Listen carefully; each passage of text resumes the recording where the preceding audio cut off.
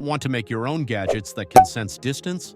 With just an Arduino and an ultrasonic sensor, you can easily build your own projects like a smart robot or even an automatic door.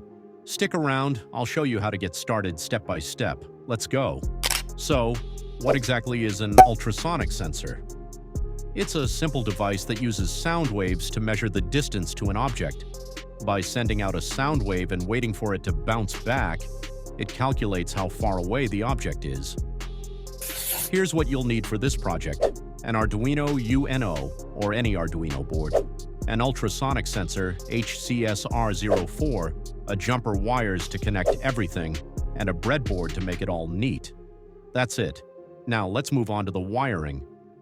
Connecting the ultrasonic sensor to the Arduino is really easy. First, connect the VCC pin on the sensor to the 5V pin on your Arduino. Then connect the GND pin to the GND pin on the Arduino. Now for the fun part, connect the trig pin to pin 9 on your Arduino and the echo pin to pin 10. And that's it for the wiring. Simple, right? Now let's write the code. Open up the Arduino IDE and paste the code in the description.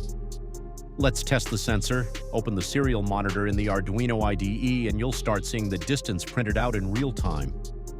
Hold your hand or any object in front of the sensor and watch the distance change as you move it closer or farther away. It's that simple. Now that you know how it works, the possibilities are endless. You can use this sensor in all sorts of cool projects like building a robot that avoids obstacles, creating a parking sensor, or even designing a smart door that opens when someone approaches. With just this sensor and a little creativity, you can build amazing things. And that's all for today. If you found this video helpful, be sure to give it a thumbs up, leave a comment, and hit that subscribe button so you don't miss out on more beginner-friendly Arduino tutorials.